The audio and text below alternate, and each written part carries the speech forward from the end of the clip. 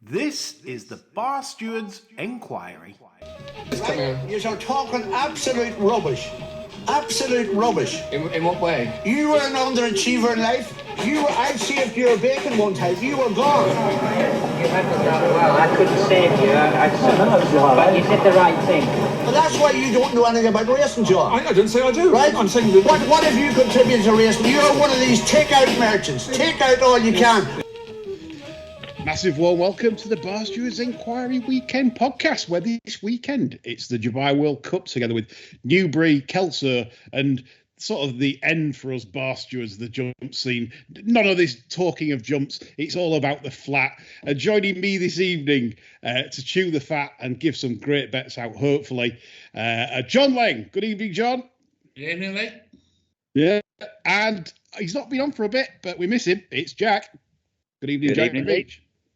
Yes, and last and certainly never least is because we need him to tackle some twig action that we've got on the telly box at Newbury and Kelso. It's racehorse trainer and flat racehorse trainer, I should say now. He's having more with us on the flat. It's Neville.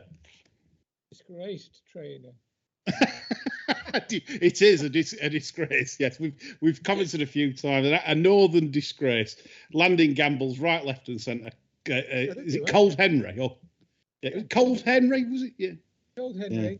Yeah. 33s into 13-2. Yeah, absolutely disgraceful. Not a word to our listeners. And Nev kept it all for himself as usual. Right, let's get on with the show because it's quite action-packed. And with Meydan, there's a TV bonanza to get through. So straight on to the best bets round. And so I see I'm rambling. I'll kick us off. Then I'll shut up for a bit. So I've got three great bets this weekend. I really like these three, and I recommend you play a multi-bet on the three that I'm going to give you. But he started off with a bet at Wolverhampton on the all-weather. It's in the 5:30 race. I'm very, very keen on the Scaffolder, Blue Yonder, ridden by the very decent pilot Oisin Orr. I love Oisin Orr now. He's back from a sort of winter break, back riding for Fate, and Blue Yonder it's a pricing Rick at 14-1. It just cannot be 14-1. Made its debut over 7.5 at Beverley, fifth to Dear My Friend, also a Midland Park horse trained by the Kilt. If you look at the first three home, Dear My Friend, Soul KO and Have Secret, they're all sort of like 90 horses, 90 plus horses. And Blue Yonder was staying on quite nice at the end. And what the Scaffolder did was quite clever after that. 6 on fast ground at Hamilton, dropped it to 6. 6 at Chester. He's getting like Prescott with Safi Osborne up, never in the hunt. And then reappearance after being off since July after a 233-day break. Again, 6 furlongs and a very wide trip last time out at Wolverhampton. Now steps him up in trip to 1.5 miles a furlong, which is what, if you watch Beverley, that's what he's going to need. And turns up in a really bad heat. I'd make this horse about 4-1 tops if it's off. As long as it's doing its best, I think Blue Yonder will go very, very well. And that kicks me off with a 1-point win bet at, yes, just checking it's still 14-1. It is 14-1 with Bet365, yes. Very, very happy with that indeed. Okay, so that's kicking us off, hopefully, with a nice winner. Jack Veach, I'm coming to you. Right, well, we're off to Meydan for my sins. Unfortunately, I'm actually there for all three of my selections today, but we'll come on to those. First of which goes in the 12:40, the Dubai Gold Cup, Grade 2, Group 2, sorry. And I'm going to be taking a flyer at El Habib in this one. Horse I like from last year. I thought he was one of the eye catchers of the Ledger. Stayed on to really good effect there, and then backed it up nicely with a win in the listed Noel Merlis Stakes at back end sort of September. He's a little bit fortunate that day. Lionel, who's another favourite of mine, was hampered, but he stayed on to really nice effect. And he's up in trip here, but I see no reason why he won't get that. There's a lot of pace on, like Sir Trawlerman and Quickthorn will be coming from wide. I really don't like the favourite in this race, so I was happy to take him on. Siskany, I don't know what it is about the horse. I just think he's majorly inconsistent. So instantly drew me to taking a look down the list there. And there's a few old favourites. You got Broome in there, first time at the trip for a long time, but I don't know if he's going to stay 2 miles or a well run 2 miles. Passion and Glory, you never quite know what you're going to get with him. Equally could put in the Stormer or quite the opposite. But I thought Denise has stuck a neck out for some reason and stuck him in at 20s and considerably shorter elsewhere, to be fair, so I don't want to take the piss. But I thought it was a good price. Take the piss. Take the piss. I can take the piss. Fuck it. Yes. Fuck them all. 20-1 El Habib with stuck on track. Are you going winner each way, Jack? Yeah, all on the nose tomorrow. I'm going for it. Yeah, 1 point win, 20s El Habib. Nice case made there. So 2 nice big prices to set us off, chaps. Nev Ender, can you carry on the trends of big price selections? Absolutely not. My number 3 selection for tomorrow is at the proper racing is at Kelso, and it's a horse that has not been in great form of late. In fact, I'm just looking to see when he last won. It's a good while now, 12th of January 21. So he's been out in the wilderness a long time, but those were in his heady days when he was rated 133. He's now down to 122. The horse in question is called Sow, trained by Becky Menzies, who I'd noticed that she had one of those winners at Musselburgh today, one of those 30 grand races with Nathan on, and Nathan Moscott rides Sow. It's only a 5-horse race, and I'm not totally convinced that this horse needs a small field. I think he probably would be better with a bigger field because he does need cover, but he's a strong puller. But there are 2 horses that like to force the pace. Bollinger and Krug is one of those, and I think he might get the pace that he needs. It's a race that is mainly made up of horses out of form, and Sal returns after a break of 122 days. He has got a hood and a tongue tie on, which obviously tells its own story, but he's such a good jumper. If it came up really soft, I'd get concerned, but although he has won on heavy ground, but I think he's better on slightly less testing ground. He jumps magnificently, and off 122, I think at around the 4 or 5 to 1 mark, I think he's well worth a bet. So he's my number 3 selection, my 3rd best of the weekend. Good stuff, and a good case made also. Rebecca Menzies obviously coming more into form, like Neville pointed out, a winner today up at Musselburgh, and certainly her runners. She actually stated live on Racing TV today that her horses hadn't been right for a bit, and it's nice to see them coming right. So watch the Menzies yard, and 9-2 with Stoke-on-Trent for Nev to kick him off for his 1-pointer. Still not a bad price there in just a 5-runner race. Jonas Lang. Yeah. They've let the Curragh get quite wet, haven't they? Yeah. Now, the 357, Insinuendo has a lot better form in the tank than these, although the next second to Luxembourg probably shouldn't be taken at face value. She still has performances in the tank that most of these can only dream of. The worry is that this looks like it might be a sharpener at the trip. And then in mitigation, you'd say, well, she was only 3/4 of a length behind Mother Earth in May last year over a mile, so she might be all right over it. However, on closer inspection, she was taken out of 2 races ways in the ground last year. And it might be worth looking elsewhere for some value. And I think I found some in the shape of Nasty Jim's Comra. Ooh. Yeah. Her season ended prematurely after encountering quicker ground than she wanted at Killarney in July, I think it was. And I thought this was a horse that could make progress. Was in the process of getting a typical hard-running Jim 2-year-old campaign. I think it was about a 5th run already at Killarney by July. I don't think the break will have done her bad at all. Now, Jim's lost his long-standing jockey, Kevin Manning, and they want the lids running with Cleary riding the bulk of the horses now. So I think we'll chance this filly being fit and definitely enjoying the ground. She absolutely excels on heavy. Like a lot of vocalised, actually. The tough little bastards as a row. So I think she'll enjoy the ground. I think 11-1 is very, very sporting in what might be an easier race than it looks on paper. I can go better than that, John. Can you? Yeah, Comra's 25s with Paddy Power Betfair. Oh, 20 Sky Bet. that's ridiculous. So are you on the noggin at 25s? Are you wankering? I'm the noggin, yeah. Yeah, a point for John. So what a first round. 25s, 14s, 20s, and 9 to 2. We're certainly not on the favourites bandwagon. That might change though. We'll see how we go. But a great end to the round from John. Nev, I'll swing it back to you for 2 points, please. Yeah, well, when I go through the form, the markets haven't been formed, and I've just noticed that the price of my number 2 bet is miserable. In fact, I'm almost, had I had time, I would have changed it, but I just didn't have time. I was hoping John would continue going on about what bastards these vocalisers are.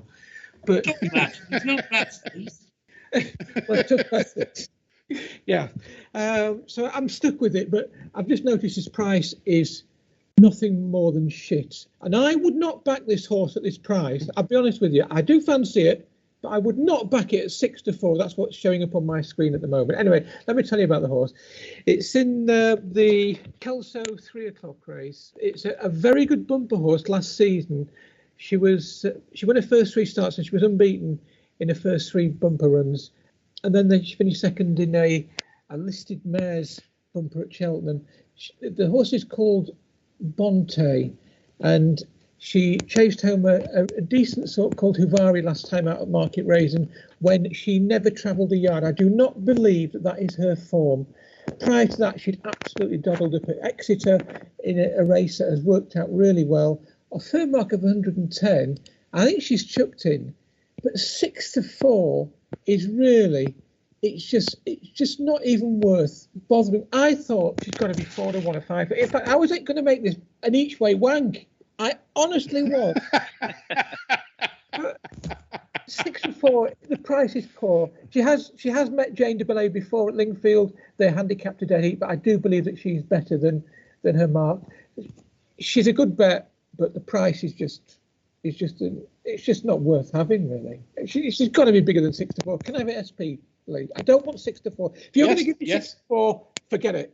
No, 1508 you can have. That's with Coral and Ladbroke. No, SP. No. SP for a very, very rattled Neville under there. The disgraceful value offered on Bonte. But if Nev says he wants 4s, it means it's about 2s. Well, so 2 now. So with from power. I think I'd love to give it you, Ned, because you're the only person I know that can say shit and wank and make it sound absolutely plausible and nice. Sound nice earlier, didn't he? I was going to ask the producer. It does. I was going to ask the producer if she could actually sample Nev saying bastard, and the next time I'm on the sermon calling somebody a bastard, we could bleep me out and replace it with Nev saying bastard, and it would sound a lot nicer. Yeah, it doesn't sound insulting at all. So yeah. It is a poor price, isn't it, for what looks to be a tough handicap? Do you not think? I think you're right though. I think it's probably absolutely. If she turns up, she's won. For me, off 110. I agree with you. And anyway, we'll come to that race in a bit. Me and Neville chew the fat on a few in that. Okay, so we've gone John, Neville. No, we haven't gone John. John, we're coming to you for your 2 point. We'll swing it back round to you.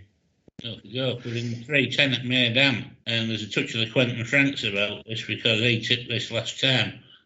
Real World was entitled to need his first run back after being gelded, and it looked that way as well. He presented a bit stuffy looking, I thought. The way he was ridden, everything, it was for all the world a sighter for me. Now, we know he's up to this level at the very least. His form with Baid is as good as anything this field can muster.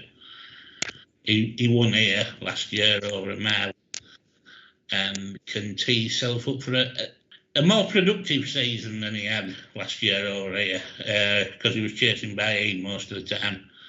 And I think we'll place him a little bit more kindly this year, but I think he's well up to winning this 2 points win.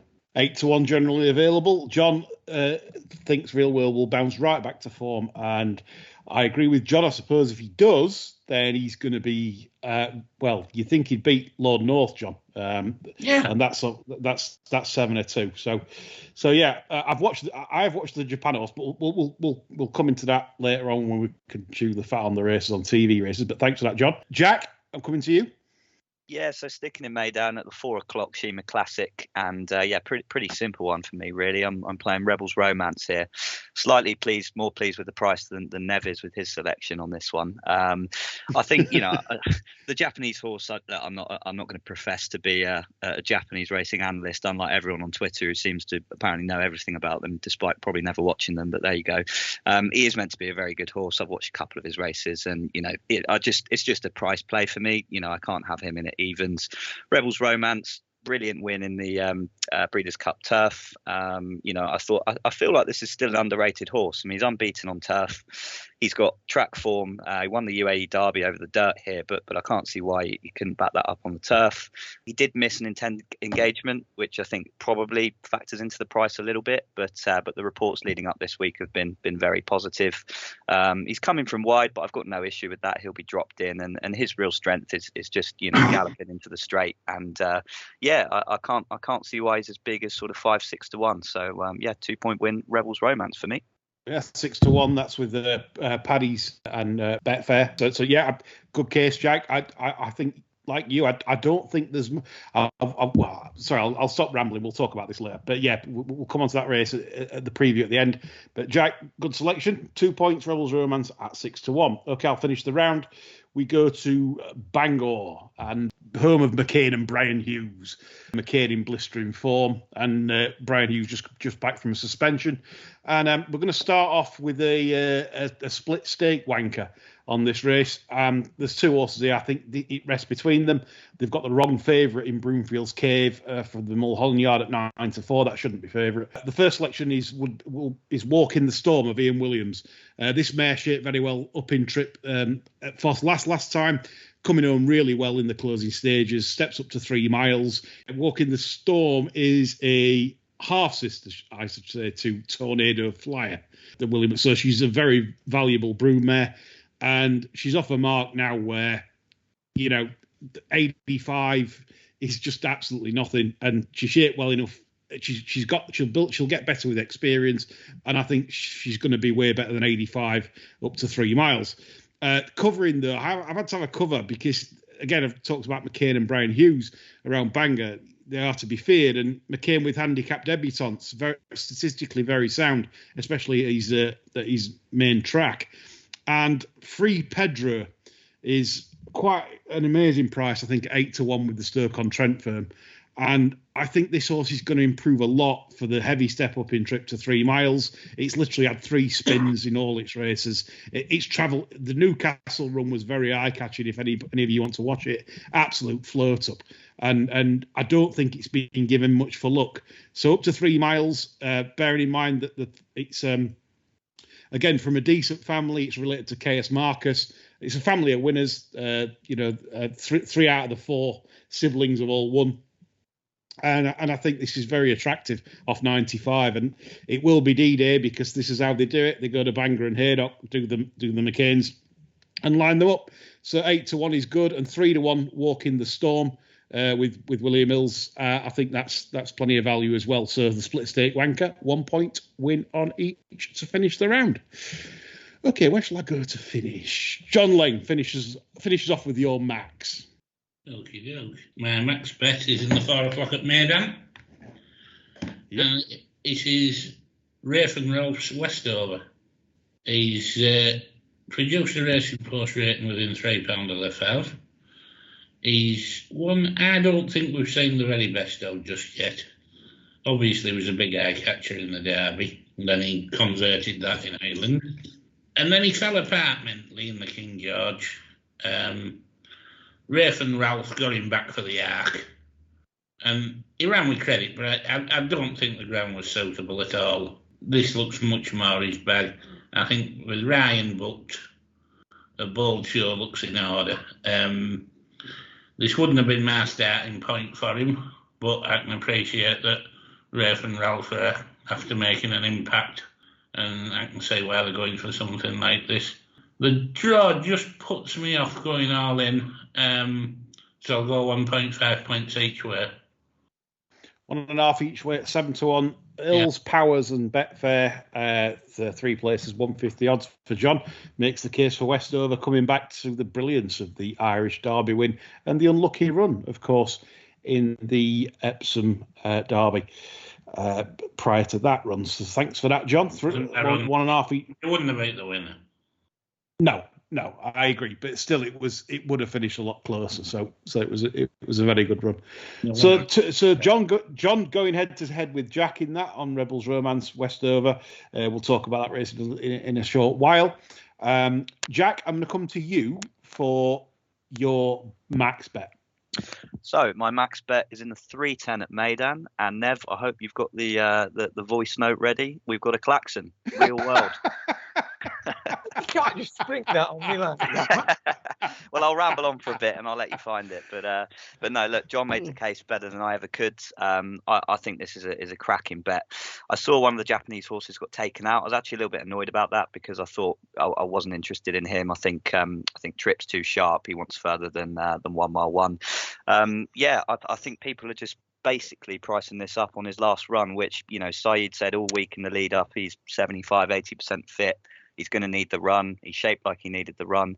And on his very best form, he's the highest rated officially in the race, and he could well be the best horse in the race. I think that run at Ascot behind Baid, as John mentioned, is best form. If he can deliver anything like that, he should be nowhere near 10-1. And nice jockey booking with O'Sheen as well, who will be very keen to get a couple of winners on the board, I'm sure. And Yes. Well, I think he's reined it in a bit, as far as I hear. But and he will have to out there anyway. They don't exactly like the booze. So I think sort of 10-1 real world is a massive price, and very confident selection, 3-point win. Only 8-1 though. 10s has gone. Oh. It's gone. It's gone. Fuck it then, mate. It's shit price. Price. Yeah. Like Neville, he's sat next to Neville. He wears. If you don't get a big price, two strops tonight over prices. Nev's was better there. So good. We've got a klaxon. Nev, have we got the sound? Hang on a minute. Let me just get Dermot ready. Here we go. There it is. The asthmatic horse has just sounded the klaxon. We have a klaxon. That's brilliant. We love a Meydan weekend with a klaxon, and it's not on a 2-1 shot or something like that. That's really good. So, Jack, thank you for that for your max. Nev, I'm going to come to you. I'm going to first of all tell you that it's the 240 at Newbury, and it's now called the British EBF BetVictor National Hunt Mares Novice Hurdle Limited Handicap. Can you remember what it used to be called? Maybe 10 years ago? I've known this race for a long time, but go on. It came to me a few moments ago. It was called the Hoos Panacure. Was it something like that? Hoos Panacure? Anyway, sorry, I'm digressing. It's a race that you can get something thrown in because they're all obviously novices. And the one that really appealed to me is a horse of Mark Walford's. And she ran, when she made a debut over hurdles, she didn't travel, but then she picked up amazingly well. And we did exactly the same thing at Wetherby. She looked like she was in trouble. Then all of a sudden she clicked into gear and her stamina came into play. And I thought she was a lay down last time at Ayr. And I thought the step up to 2 mile 4 was going to bring out some huge improvement, but it didn't. And she actually either out-battled or outstayed. But I'm going to forgive her for that. And I don't think she was probably at her best that day. Her first run over hurdles when she won at Ayr, talking about Ruby Island, by the way, has worked out sensationally well. Thistle Ask, who finished second, has won since. Fiard Fun who finished third, has won since. Sheer I Don't Know, who finished fourth, has won since. And so too has one further down the field. So the form's really good. I think off 118, it's probably not far off what she's actually shown. in terms of form, but I still do not believe that this filly or mare cannot improve for the step up to 2.5 miles. She's all right. She's got nearly top weight, but it's quite a compact handicap. There's only 12 pounds between top to bottom. I'm not certain by any stretch of the imagination she wants really testing ground. And watching Newbury today, it looked like the rain had got into the ground. But she's by Trans Island, and if I remember rightly, Trans Island absolutely adored the mud. Off 118, she was given £1 back after a run at Air last time. Off 118, I think she's well worth an interest, and I'm still believing that she will improve for the step up to 2 miles, 4.5 furlongs. So Ruby Island's my nap selection of the weekend. Good stuff, Nev. So on the nose, I would presume? Oh, yeah. Yeah, so 3 points Ruby Island at 7-1 with the Stoke-on-Trent firm for the mare's final. Good choice, Nev. Right, I'll finish things off then. So we've had a klaxon, we've had some big prices. What more do you want? Free of charge, of course. But before I give it, just a plug regarding the future of Bar Stewards. Obviously, Friday and Sunday shows are always going to be free. As always, nothing will change. But we're doing a Bar Stewards Extra on Patreon. And you'll be able to find links to find out about this exciting project via all your usual listening channels such as YouTube, SoundCloud, the links on Twitter, pinned to our Twitter profile, and you can register your interest there. I'll tell you the fees now because we don't charge very much here. We're not worth a lot. £7 a month is going to be the fee, and for that you get Bar Stewards TV and you get absolutely shitfuls of betting info from everybody in the Bar Stewards family. It's going to be cracking. I mean, for £7 a month, I mean, come on. You know, that's not even, if you live down south, you ain't get a decent pint for that. So come on, this is it. This is where you rally. This stops us from seeking out a sponsor and going all rogue, and running off. Get on the Bar Stewards gravy train and send us your £7. Yes, there you go. That's the plug. Right, the max bet, and it's a good one. And this'll get you on the way to affording that £7. Goes at Lingfield, 4:05 race, and I'm absolutely beaming about this. The price won't last very long, but it is what it is. 3-1 with Billy Mountains, horse called Conquistador, trained by George Bowie. This should be about a 5-4 shot. I'm absolutely astounded that it was pouring at 7-2, and I just shook my head. But anyway, just going, long story short, Conquistador was trained by Towser, moved from Towser to Bowie. The horse was dropped to 5 after being very keen. It was running on its nerves for Gosden over the 7. Really impressed with it over the 5. Didn't beat an amazing horse, Radio Goo Goo. Did win its maiden, though, next time, Radio Goo Goo.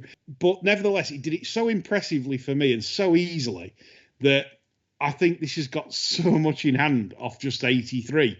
Because stepping up to 6 with the hoods, I think, is a shrewd move. Bowie's obviously had more time with it. And the booking of the brilliant Connor Planas taking 7 off is just like, I'm not saying it's 7 for nothing, but it's probably as close as you're going to get. And so that means horses, like highly regarded horses like Kurdos of Clive Cox's, are going to have to give this a stone. It's not going to happen. Not round Lingfield. This horse has got some good pace. And I expect Conquistador to probably get to triple figures by I would say mid to sort of 3 quarters of the season. This is a max bet at anything like 3-1. I would price this at 5-4 fab. It's got the fitness edge also, I would think, over Kurdos. It's had less time off. Bowie gets the mega fit anyway. And yes, and I would recommend also that you play all my selections in each way doubles and trebles, because I've not been this confident for a while in all 3 races. So there we are. Fantastic round of tipping, chaps, I've got to say. Very impressed with all your selections and reasons. So we'll come on to the TV side of previews, and we'll do, before we finish with Meydan, so Nev can snooze. We'll do the jumps. So it looks like me, you, maybe John, Nev. Have you looked at the jumps, Jack, by any chance? To me, Lee, the jumps ended when Galopin de Champs crossed the line in the Gold Cup, and I say that because I laid the shit out of him, and I'm pretty salty about it. But no, I can't say I've given it much thought, unfortunately, this weekend. No. Okay, right. So we'll leave Jack out of Jump's equation. So it'll be just me, Nev, and anything to add from John. 130 Newbury, even though John's Jump's Nap's king. The Novices Handicap hurdle, Nev kicks us off. Iniston is 100 to 30 favourite of Gary Moore's. I'll start you off here. I was quite keen on Pearly Island. I put it up as a horse to follow at the start of the season on Bar Stewards. It's finally getting its bearings now. Very impressive at Fontwell last time out. Could have won by much further, in fact. 118, I don't think gets to the bottom of it. I think it's 125. I think it's got £7 in hand still. You'll probably have to have £7 in hand, Nev, to probably win this race. Would you agree? Yes, I would. I think it's a real top-notch handicap, is this. Not as top-notch as the one that Iniston finished second in last week, was it? Or the week before last? Yeah, 2 weeks ago, yeah. Yeah. But he has been pushed up £7, which I don't know. Getting beaten and going up £7 would be a little bit annoying. But it was a cracking handicap. Crambo won it, and I think Crambo's going to be a very good horse next season. I like Iniston. I think he's probably as high in the handicap as he'd want to be, but I couldn't really find anything that I felt was that well handicapped, in all honesty. It's a race to watch and enjoy. I think Iniston boasts the best form. Will he be in the same form 2 weeks later after he's been teed up for that race at Sandown? I don't know. I'm just going to watch it. I was just going to ask you that. Do you think the race is like, obviously this isn't the target. The target was 2 weeks ago. So does that worry you coming out 2 weeks later? Maybe a little bit 'cause after a hard race? Of course, yeah. I mean, that horse will have been trained to the minute, won't he, for Sandown? And yeah, can you bring him back in exactly the same form, a higher mark? But the form was cracking. You know, you take out the winner. All right, he's gone up £7 for winning by 8 lengths. You'd say that was fair, wouldn't you? I know everything is relative to how the winner has won, but I don't know. He's a very promising novice, and he's going to be a high class handicapper next season. I don't think they'd want to be running him too much more this season, would they? Not that there is much of the season left anyway. But I'd go with Iniston if I had to have a bet, but I'd be a bit concerned that this is an afterthought rather than the main job of the season for him. But, we'll see. Sure. John, any thoughts on the race? I'm putting half an ounce of pate on it and whistling for Digby. That's what we're Digby. Brilliant. Right, 205. It's the handicap chase sponsored by BetVictor.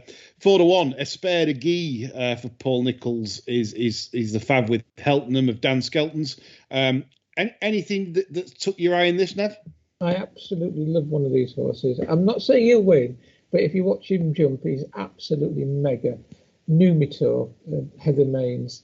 He's probably handicapped about right now off 135, but it's a joy to watch. There might be some improving it further down the handicap, but these races are so hard, and if you're going to have a serious bet, you've got to be mad really, because everything's all handicapped to run alike. But Nicholls' favourite wouldn't have jumped out off the page and said to me that this one should be favourite, but Paul Nicholls and Newbury and handicaps is very hard to beat. But I wouldn't have a bet, if I was honest. I won't be having a bet. No, I thought this was very tough. John, is the pate still flowing for this one? I would urge any viewers to spend the time putting the porno CDs in alphabetical order or something.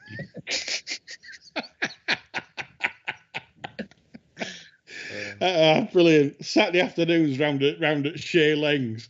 240 Newbury is the National Mares Novices Hurdle, which Nev has already tipped up his best bet. Very keen on the mare stepping up.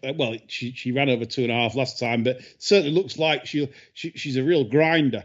Is Nev's horse. Nev, I'll just run something past you.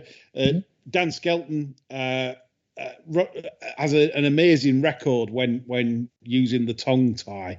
I don't know why that is, but he just does. It's incredible.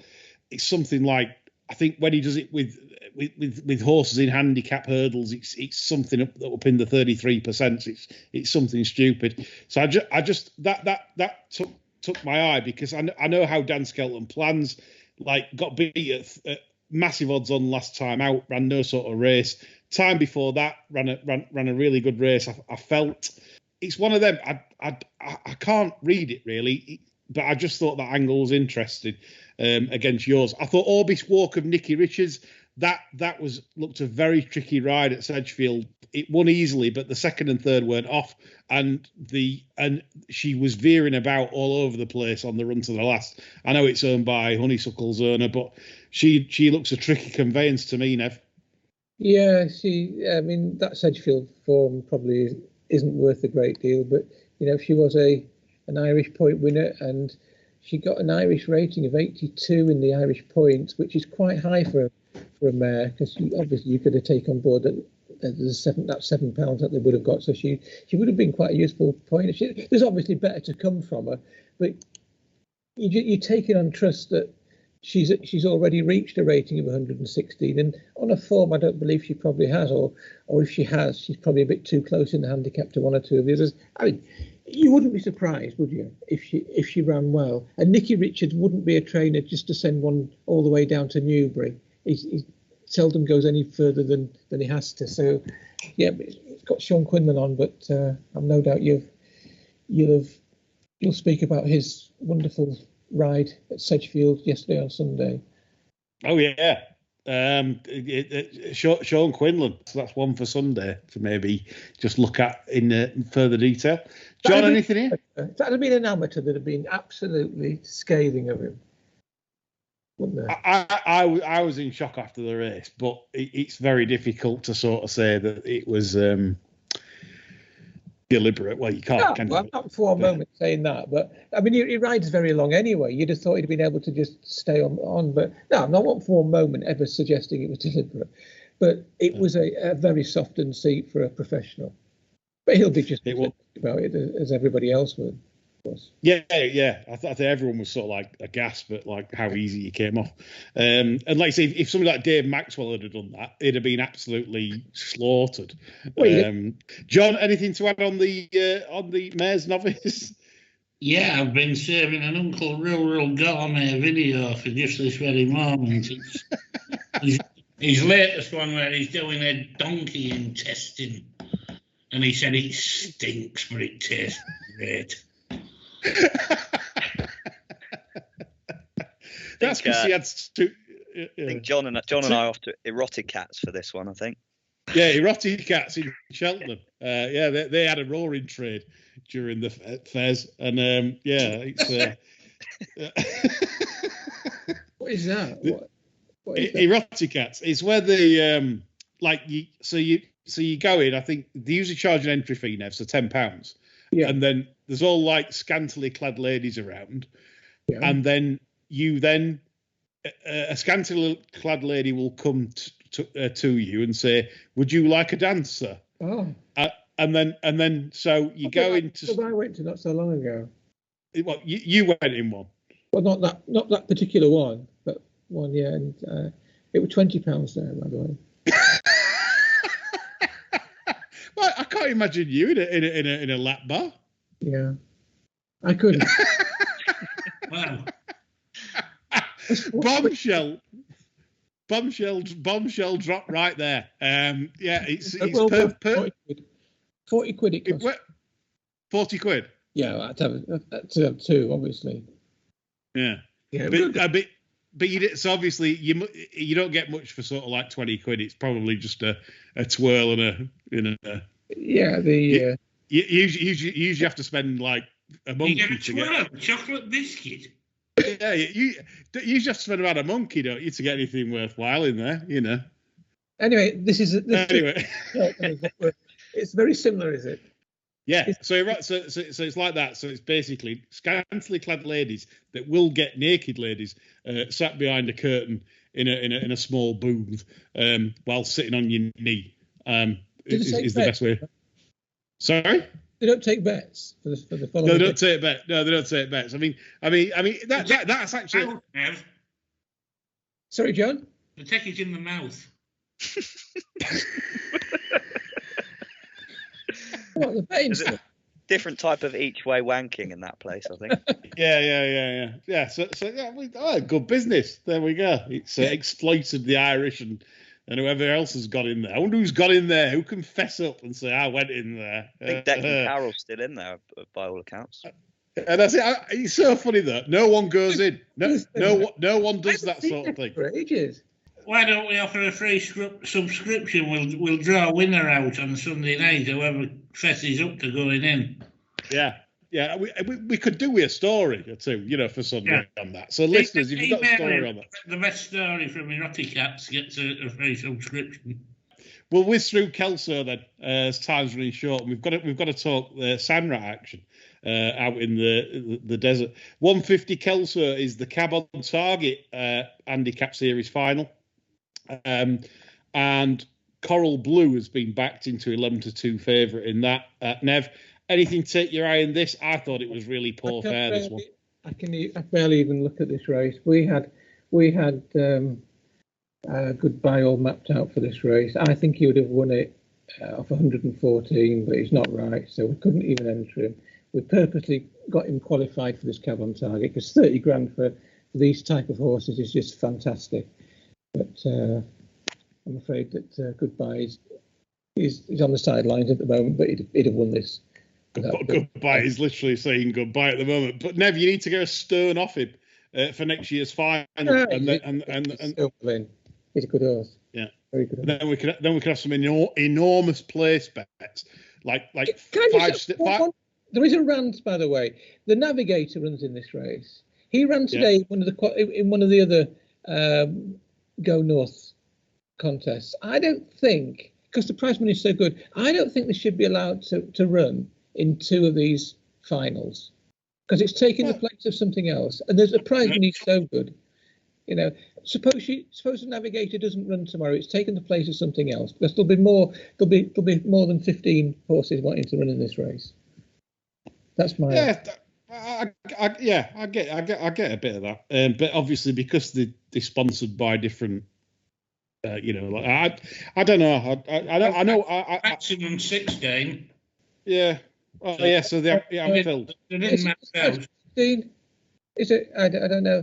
Yeah, they didn't max out. Well, I'll just say that had 16 or more been wanting to run in this race, it still would have been unfair, I think, because they could make it a non-runner, because it ran today and it could have, for whatever reason, not be. Well, yeah, if it's not eaten up and it's knackered, then they're not going to run anywhere, are they? Yeah. Anyway, it's not a great race, is it?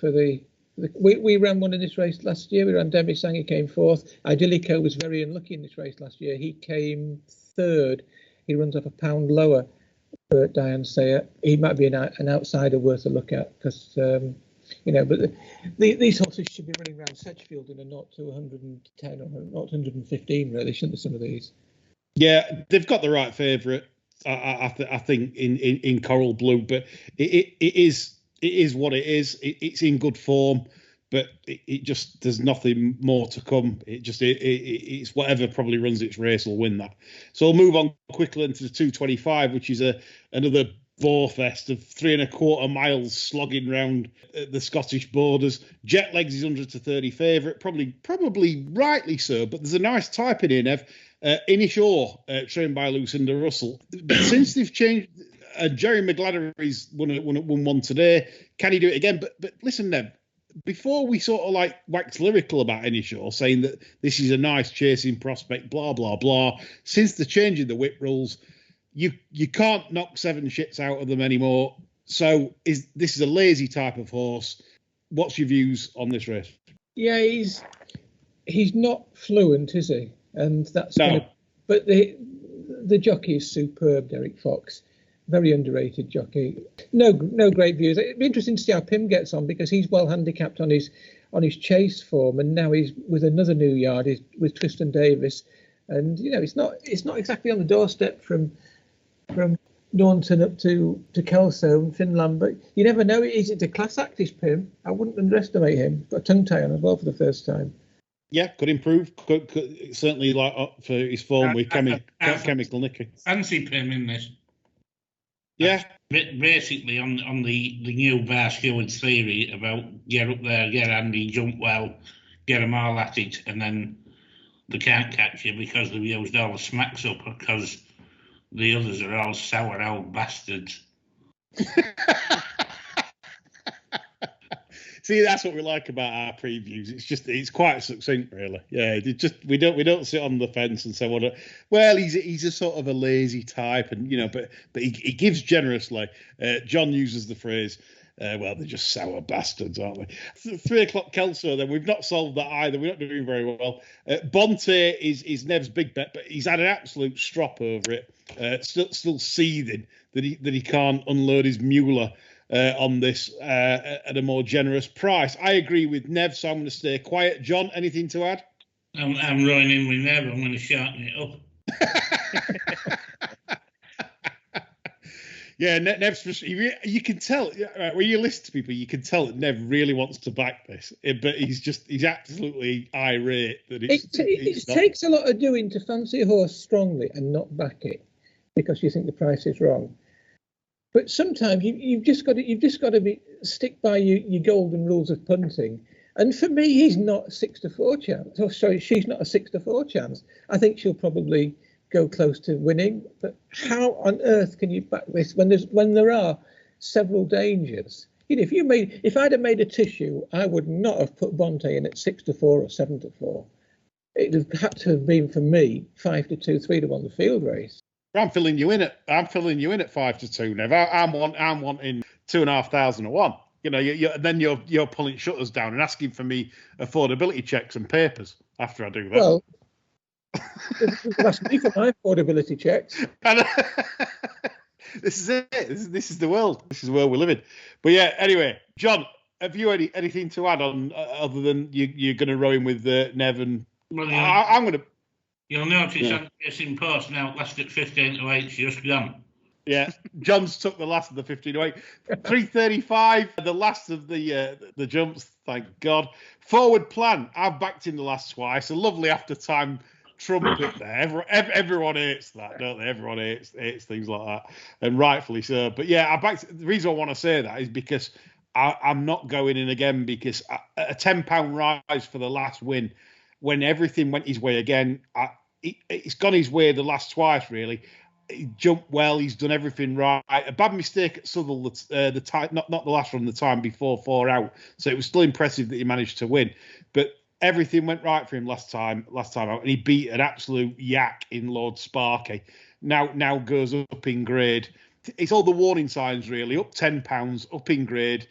Favourite. You don't want to go in now after it's won its last 2, Nev. Would you agree with that? Yeah, I'd agree. Yeah, I think. But the stable are in cracking form, so I wouldn't be putting anybody off it. Big River absolutely loves Kelso, or the owners seem to love running him at Kelso. It's his 7th consecutive time he's been out and 7th consecutive time at Kelso. Mighty Thunder would be thrown in on his best form off 127. Patrick Wadge taking another £5 off. His claims like gold dust at the moment, so 122. But these horses become well handicapped for a reason, don't they? Because they're not running the form. Bavington Bob looked at a good novice last season. Seems to have lost his way now for the Hamiltons. Off 133, he'd have a chance. And Elvis Mail got rid of his rider over hurdles last time out. And prior to that, he'd been running well. And again, it's a difficult handicap, isn't it? And it's probably not a race for the serious punter. Yeah, I thought it was difficult. John? There's only the 2 down the bottom that haven't got gear on. So these are all sour as hell anyway, aren't they? Half shot at least goes prominent, should be up there early on. I mean, back that and get out when it goes 3 on the machine. There you go. Keep it simple. Is John's advice on the old back to lay, especially now as you can't use the persuader as much as you'd like. That could be the tactic going forward for these swing uppers. Some of these want 40 swipes, man. Yeah. Might play the spread on the whip bands this weekend. That might be the play. Yeah. Needs beating like Steptoe's carpet. The carpet beater. Right, we've got 10 minutes before the end of the show, and we're going to use it for Meydan's 3 obviously bigger races. Jack's put some good selections there in the stayers, etc. He's had a clash with John on one of them, but also given a klaxon with these two. So Nev, you love the Meydan action, don't you? Yeah, I can't wait for that 11:30 race, the Arab race. Yeah, right. That's warranted on this card, isn't it? A £1 million Arab. The whip rolls in that, my God. Yeah. Because they're horrible twats, aren't they, them Arabs? Yeah, nothing out there. Yeah, you can do what you want. Stick what you're liking. It's the carrots. And by the way, chaps, the Japanese have sent over more to this meeting than they did for Pearl Harbor. This is a raid from the Japs as they try and emulate what they've been doing in recent times at Meydan. They must have some cracking gear, the Japanese. Lord North and Serifos are joint favourites for the DP World Group 1, the Dubai Turf of Ramallah 1. 7, we've got Danon Beluga for the Japs as well, third in. We've had John and Jack klaxon in Real World, saying that, and they're right, if the real world turns up, what a price it is. It's that simple. Serifos, watch Serifos's last run on YouTube. Quite astonishing. 300 metres to run. It sat literally in the back 3. Must be 6-7 lengths off the leader. 300 metres out. It's woodhead in chest. What a turn of foot. They've got some right dukes out there of the Japs. Serious turn of foot. So that was really interesting to watch, all I'll say.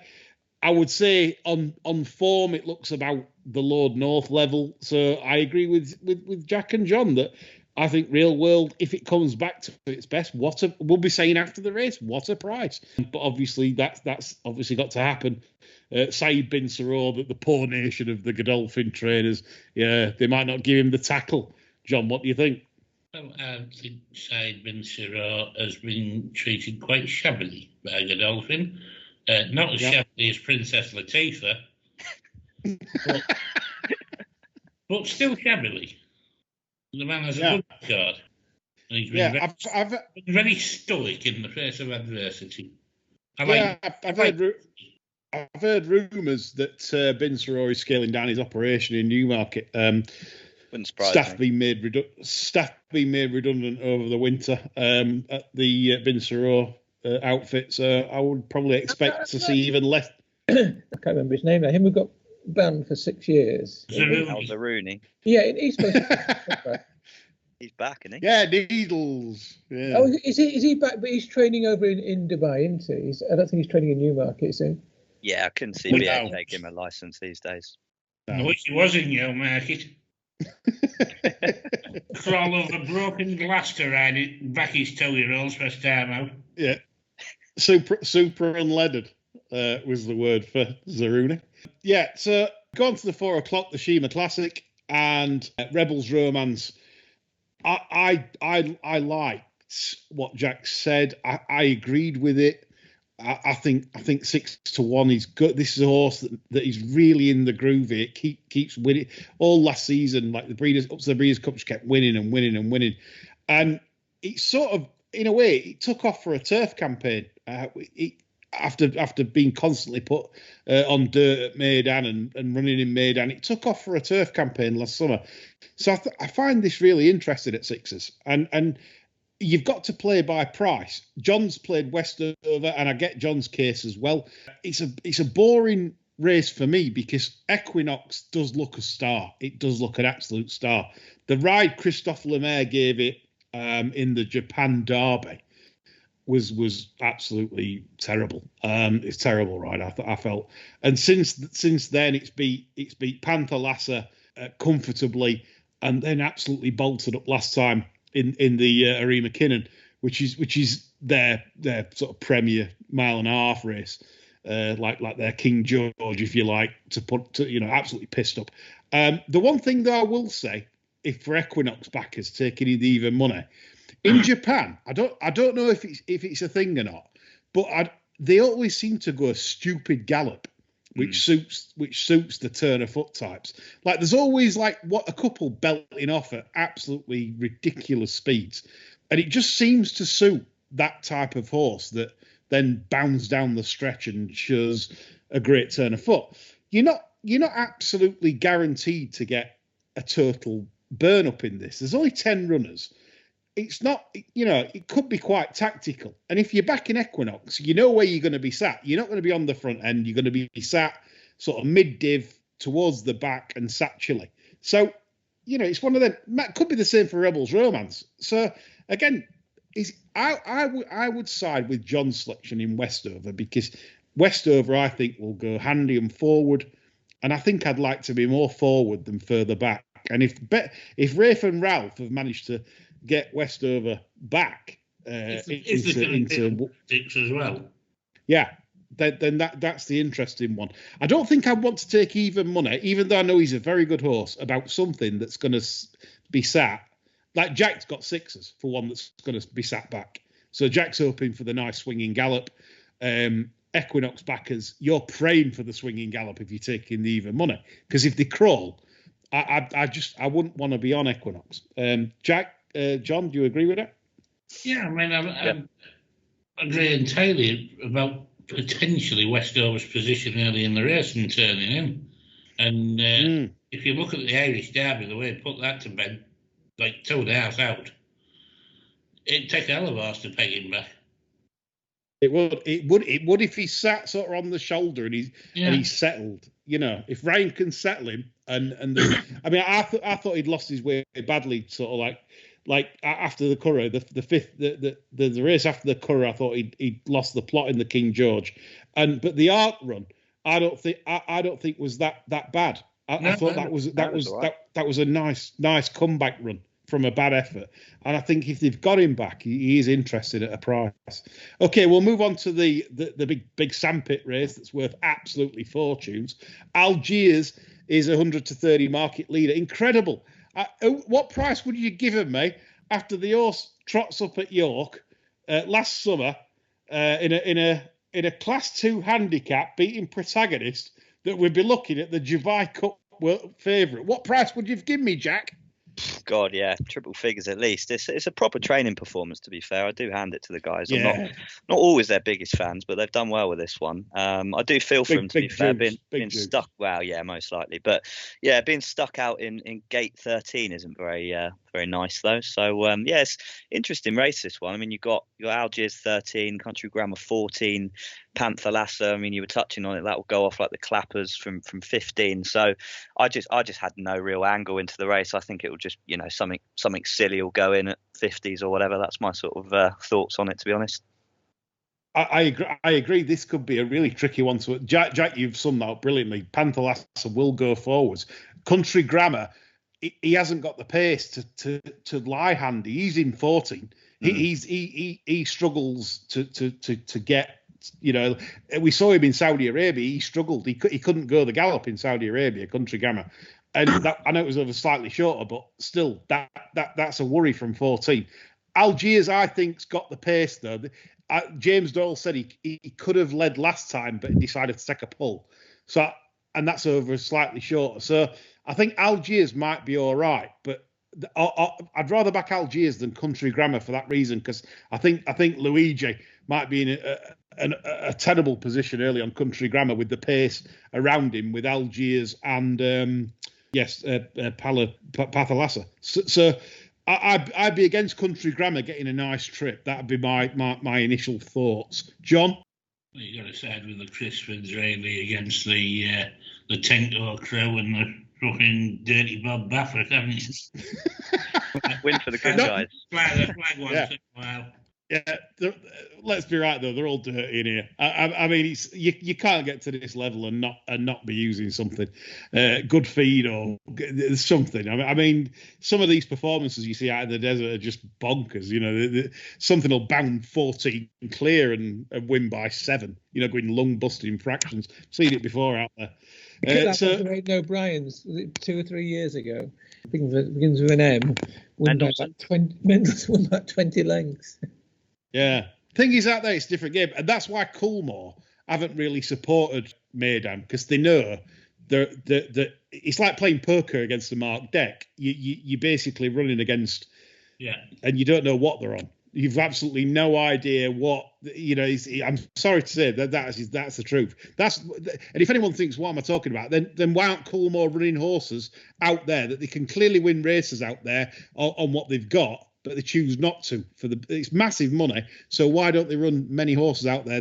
They've not done for years. They run the odd one or two maybe, but they don't target this meeting.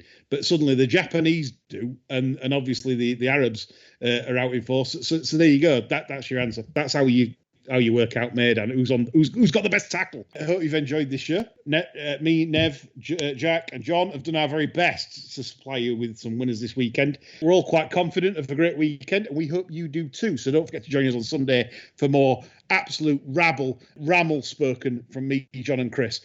That's all from us. Bye for now.